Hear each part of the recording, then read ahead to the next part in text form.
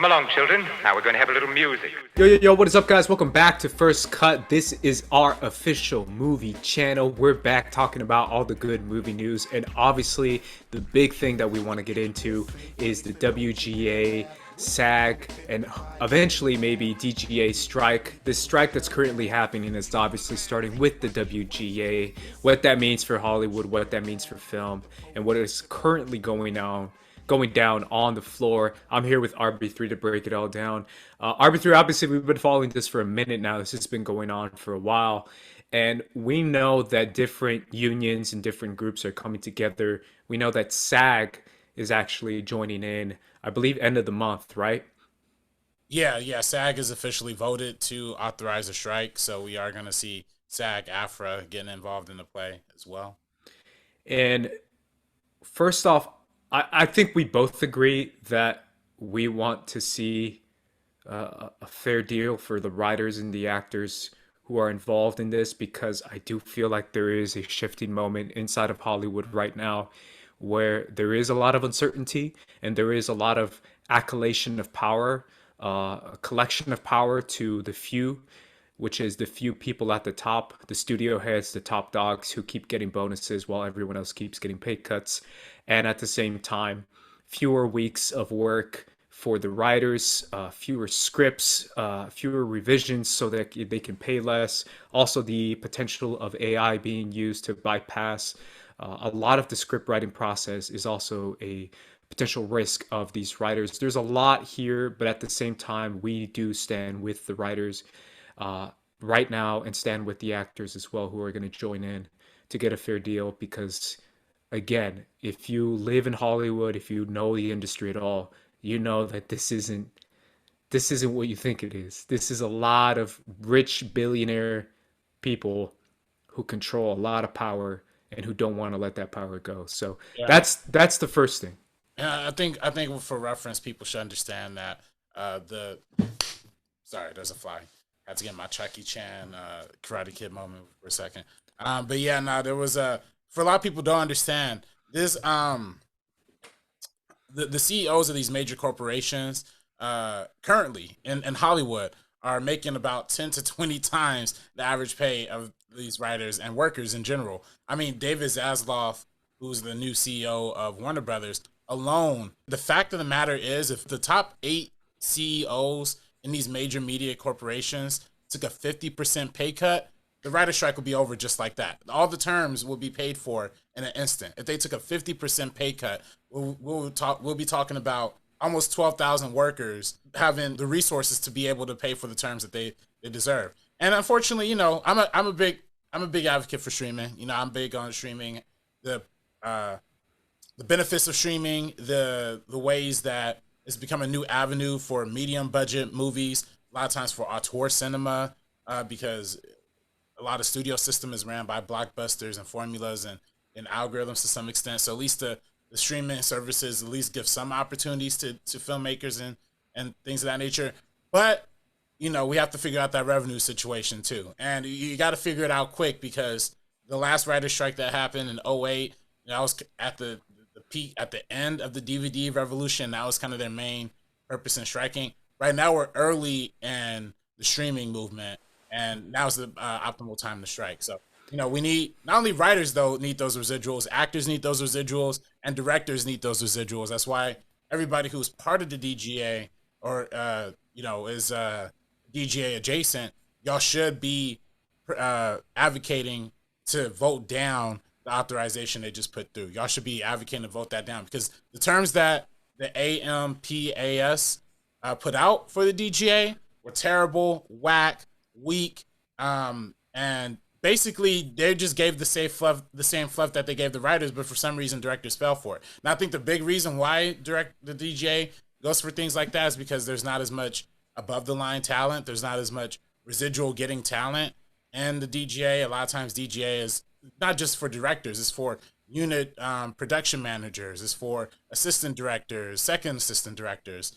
So a lot of times those are crew members who aren't necessarily seeing the benefits of revenues and streaming and all that to begin with. So they just want a deal that keeps them employed, which is understandable. But we have to be strong. We have to be strong, because if we ain't got writers, we ain't got nothing in Hollywood. So if we got actors too, man. I mean, once actors join this, it's really a whole different level. That wave, because SAG, I think, is the biggest. SAG is huge, and the fact that they hold a lot of sway inside this deal. And honestly, going back to streaming, I know you and I have talked about streaming since the beginning of this channel, and I've had my reservations for it mainly for a lot of reasons, but this also comes back to this reason because of the confusion of what is streaming and how the shows are brought out and how everything is organized and how it's not how it's basically done at the discretion of the studio heads of the streaming networks, where they can promote what shows they want to promote, they can bury what shows they want to bury, they can sprout any numbers they want to sprout for shows that they really like, and they can kind of downplay or bury shows that they don't really care for or don't really want to renew. And that's kind of, they could just do everything at a whim. And I've been very critical of that for years. And now it's finally come to fruition where a lot of people are starting to notice that and are calling for change and are calling for action. So I want to see where your head is at for what this means for the industry right now, RB3, as far as these strikes. For a layman term, for someone who's not really familiar with these kind of strikes or these kind of negotiations, what does this mean for the industry in general? Just shows, movies, everything. Well, I mean, the big picture is that the short. Okay, There's two ways to look at it, right? The short term is the shows that are currently written, already have completed scripts, are currently allowed to film. That's why we see movies like Deadpool 3 filming. But allegedly, Ryan Reynolds can't improv because he's a writer on the film. So if he's improv on set, technically that's writing. But they probably gonna get around that somehow. You see stuff like that. You see mad movies, shows. House of the Dragons is filming currently in the UK. But there's also mad shows that started filming after the strike started that have to take a pause because they literally just cannot figure out how to get the show on the road without the writers involved. And in the short term, that's the thing. Like, we're gonna still see productions like kind of going on, splattering throughout the next like few months. But eventually, if the strike continues, those are eventually gonna get shut down. We're eventually gonna start seeing long-term ramifications and seeing bigger shows get delayed. We've already seen Stranger Things, Netflix's marquee, that got pushed out because of the strike. Abbott Elementary is ABC's, one of the network TV's biggest premiere shows. That's getting pushed out. So eventually, after enough of these ted pools get pushed out, there's gonna be a thirst for content. So then it comes to what are the studios gonna do next? Are they gonna pull a Ronald Reagan and fire all the WGA writers and just hire a bunch of newbies, a bunch of fresh kids like off the block who they could just find on the internet? Or are they gonna actually succeed to the terms of the deal? So it's just like that kind of question. But I think, just like you said, all of these terms come down to negotiation points, revenue points, also the treatment of writers in the writer's room, because frankly, a lot of these writers' rooms are getting smaller and smaller and require less time. And a lot of times, showrunners themselves are being required to write like the first 4 out of 8 episodes of a show themselves, with like maybe them or like 2 other people. And they're a lot of times they're not getting paid for that. Like, they get maybe like a quick like option check for that, but they don't get paid for that. So yeah, the Writers Guild really needs to lock down the exact terms for television, especially if we're living in the golden age of TV and the golden age of streaming. What should be defined as the standard should be clearly defined, and they're not currently. You think SAG joining in on that, which again is official by the end of the month, is that going to add pressure to the studios? A lot of pressure, enough pressure? Yeah, SAG is interesting.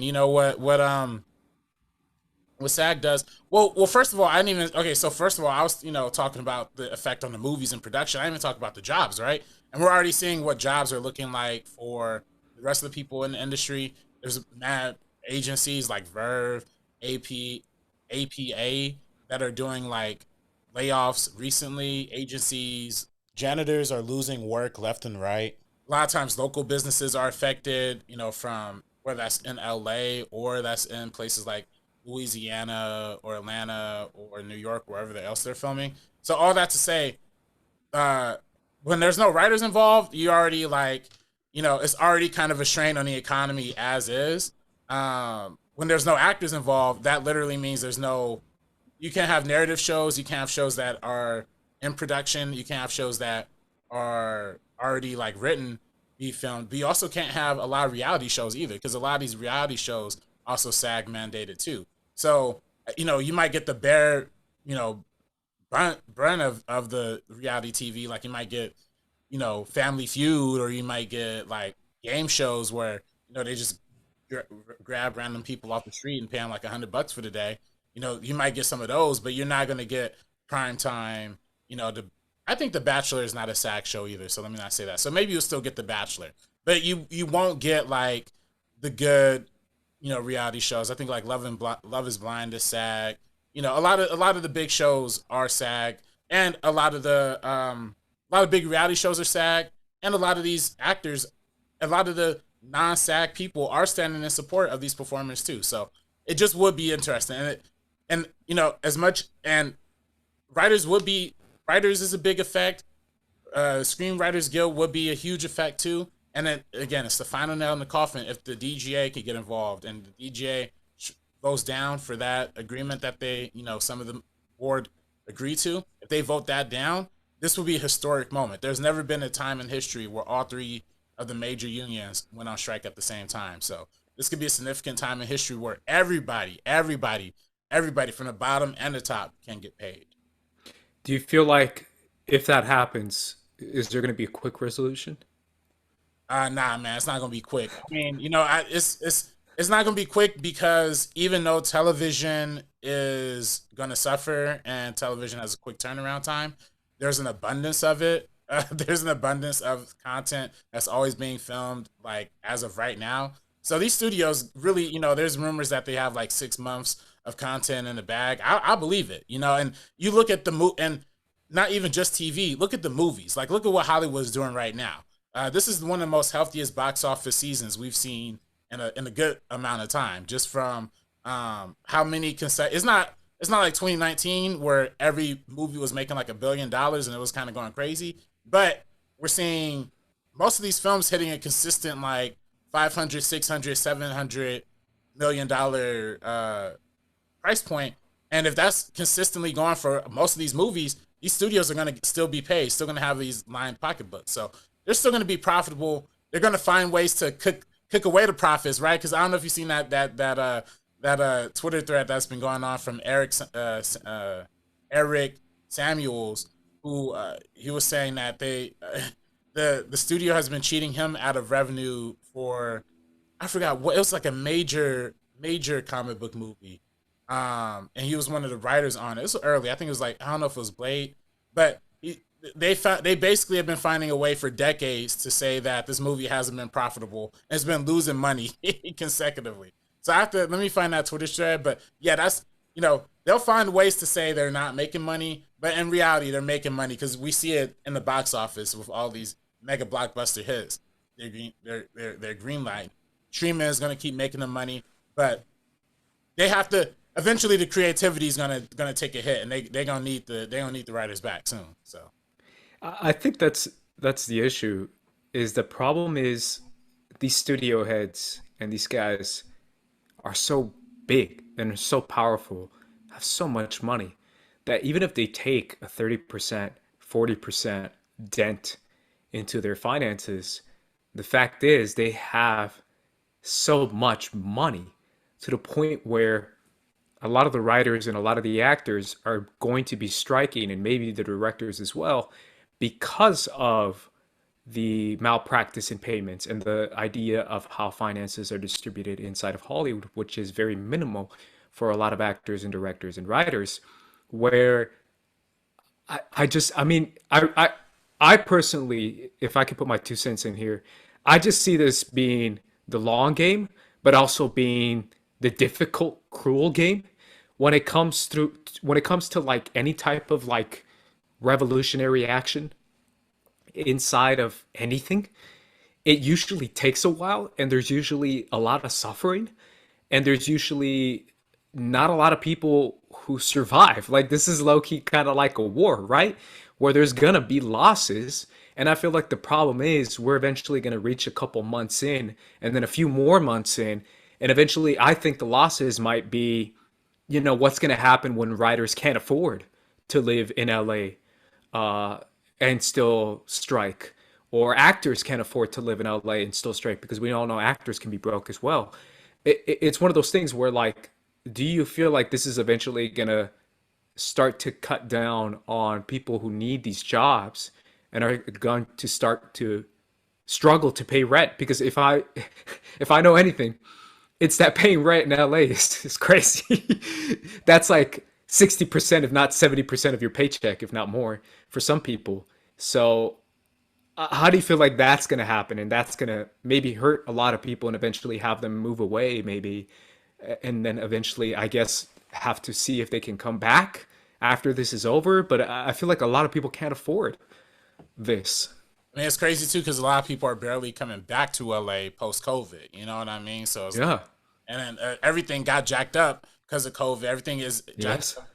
up because of inflation. So it's everything's just getting more expensive, and the writers are getting paid less and less. Listen, man, it's heartbreaking listening to these stories of like that guy, Alex O'Keefe, I believe his name was, from the show The Bear, who everybody's been talking about that story. He went up to the award show with a negative bank account, overdue credit cards, like, and that's real. I mean, that's the most LA story like you could probably like imagine because there've been mad times, you know what I mean? I showed up to places like, hey, I ain't even got $5 for the Wendy's right now, you know what I mean? But you still here. But that's just what that is part of LA culture. Thank God I'm from LA, so like I just have that backup. But yeah, a lot of people aren't from LA, and that's what I'm saying. Like these local economies, not only LA economies, but like I said, Atlanta economies, Louisiana economies, these places that depend heavily on film being filmed there. Um, dry cleaners, restaurants, all these things. Like, there's just way smaller ways that this could affect people than like just outside of the movie business. So that's why, you kind of hope it comes to a speedy resolution. I think people are gonna have to leave LA, unfortunately, which is gonna be like a different monster in and of itself. I wonder if there's gonna be an evolution back to like hybrid writers' rooms, instead of like in person stuff with people leaving town, or if people are still gonna stay in town. I mean, I hope it goes short enough that I think the best resolution is if all three get on board. If all three get on board, this ends much quicker than the writers maybe staying on and then maybe SAG starting a strike and then SAG coming off. It's much more of a faster, more united process when everybody is confronting the studios up front. So I think that would be the most optimal way. But yeah, it's gonna be hurtful. I mean, it's hurting people now. I know people who hasn't been working for a good minute, but a lot of times these writers are prepared for these kind of situations because in the modern climate that we're in, a lot of times these shows go 8, 9, 10 months in between writers' rooms and only last a couple months anyway. So Yeah, I just feel like the issue is going to be like you said, man, when it came to COVID, there were so many people who couldn't afford a lot of the stuff that was going on. And the problem is, like I said before, what happened in COVID? Everyone remembers that when people were suffering and people were dying, rich people were taking vacations, man.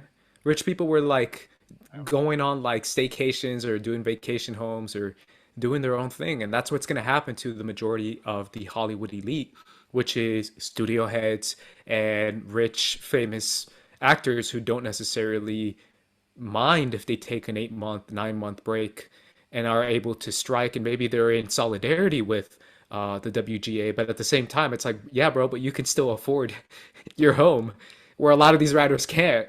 And it's one of those things where that's always the issue, where as great as this is and as great as the solidarity is, there still needs to be a resolution, hopefully, soon, because of so many people that actually need the money and need the income to even pay rent or even survive. So, yeah, that's my biggest concern on RB3.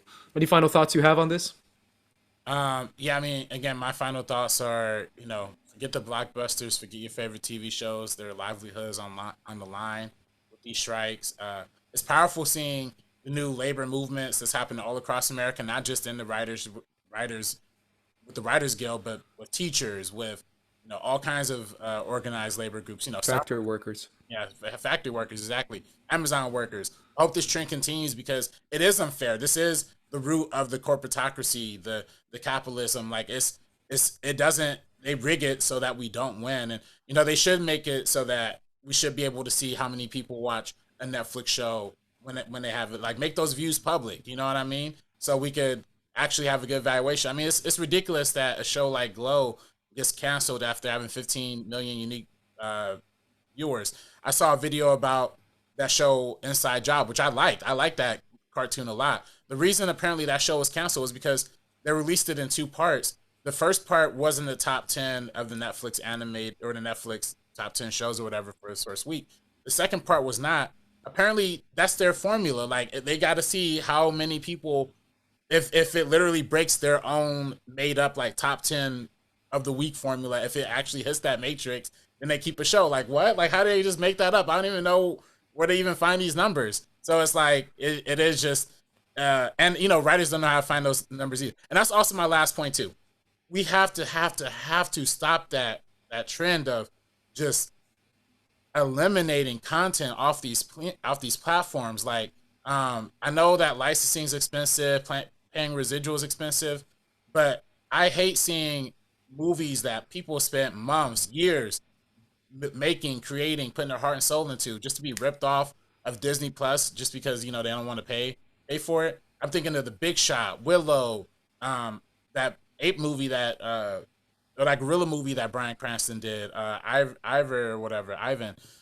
Jeff Goldblum versus the World. Like they take out big name stuff, man, that people care a lot about. So they need to stop that. I really hate that trend.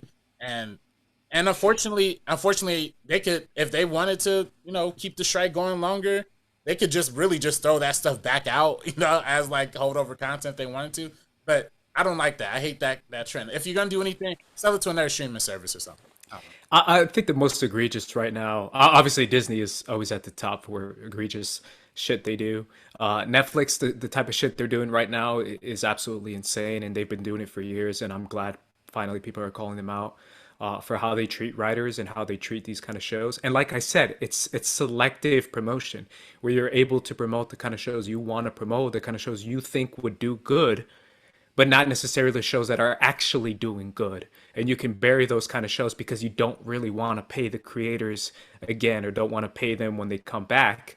And it's so simple to do that. And again, Warner Brothers, Staslov to me is just a menace, like an absolute menace. The way he's able to delete content off Max, I was going to call it HBO Max, off Max, and the way he's able to like not promote certain content because he feels like it might not be necessary. And it's like, bro, you keep giving yourself bonuses and you keep doing the most dumb shit when it comes to like the type of CNN shit. Apparently he was behind that whole shit too. It's like, bro, this is the type of people we put in charge. And then they reward themselves by this weird system of like, well, I did it, so I'm going to reward myself, but I'm also going to delete 300 jobs. Like, again, this is not how it works. It should really be a different system in mind. But yeah, those are my final thoughts. I really do feel like there has to be a change when it comes to that. And I feel like streaming, the fair pay, the fairness of treating these writers and these actors as partners inside of this business has to be there. And also the idea of solidarity has to be there as well. So hopefully we'll see more of that. But either way, guys, those are our thoughts. Yeah. Do you have anything else? I was gonna say one more thing. I just popped up on the Twitter timeline as we're like wrapping up. Apparently, there's a rumor now that SAG may or may not be doing some like under the table deal with the studios, negotiating like behind everybody's back. Now, if that's the case, SAG, don't do that, please. Like SAG's an important piece of this formula to work, and we need everybody. We need all hands on deck. We don't need undercut, under leveraged contracts. We need everybody holding hands and fighting the studios. Absolutely. But either way, guys, those are our thoughts on the WGA strike that is currently happening right now. Let us know what you guys think in the comments down below. You can find me at Squad Leader Ace, RB3. Follow me at Director RB3. And you can follow us at First Cut TMO on TikTok, Instagram, and Twitters. But either way, guys, we're going to be peacing out, so peace.